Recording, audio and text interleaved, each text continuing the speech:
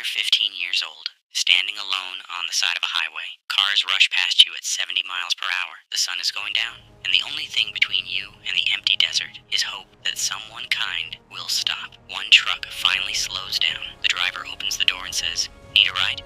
The man who picked you up was one of America's most dangerous serial killers, and somehow you survived. This is the chilling story behind the truck stop killer. In the 1980s, a young girl named Vanessa Veselka was living a life far different from most teenagers. She was just 15. Like many runaway teens during that time, she began hitchhiking across the United States. Back then, hitchhiking was far more common than today. Teenagers, drifters, travelers, and dreamers stood along highways hoping strangers would stop. But highways can hide dark secrets, and some of the people driving those roads were predators. Still, at 15 years old, Vanessa didn't fully understand the risks. She believed she could handle herself. She believed she could read people, but the road had other plans. One evening, Vanessa stood on the side of a highway waiting for a ride. The air smelled like dust and gasoline. Truck engines roared past. Then suddenly, a large semi-truck slowed down beside her. The door opened. The driver leaned over and asked, "Where are you headed?" He seemed calm, quiet, ordinary. Vanessa climbed into the cab. Inside, the truck smelled like cigarettes and metal. The driver barely spoke as they began driving. Miles passed. The road stretched endlessly into darkness. At first, everything seemed normal, but then the atmosphere changed. The driver became silent, the truck slowed, and something about the situation suddenly felt wrong, very wrong. The truck eventually pulled over on a remote road. There were no houses, no gas stations, just darkness. The driver turned toward Vanessa. His expression had changed. Without warning, indeed, he reached for something beside him.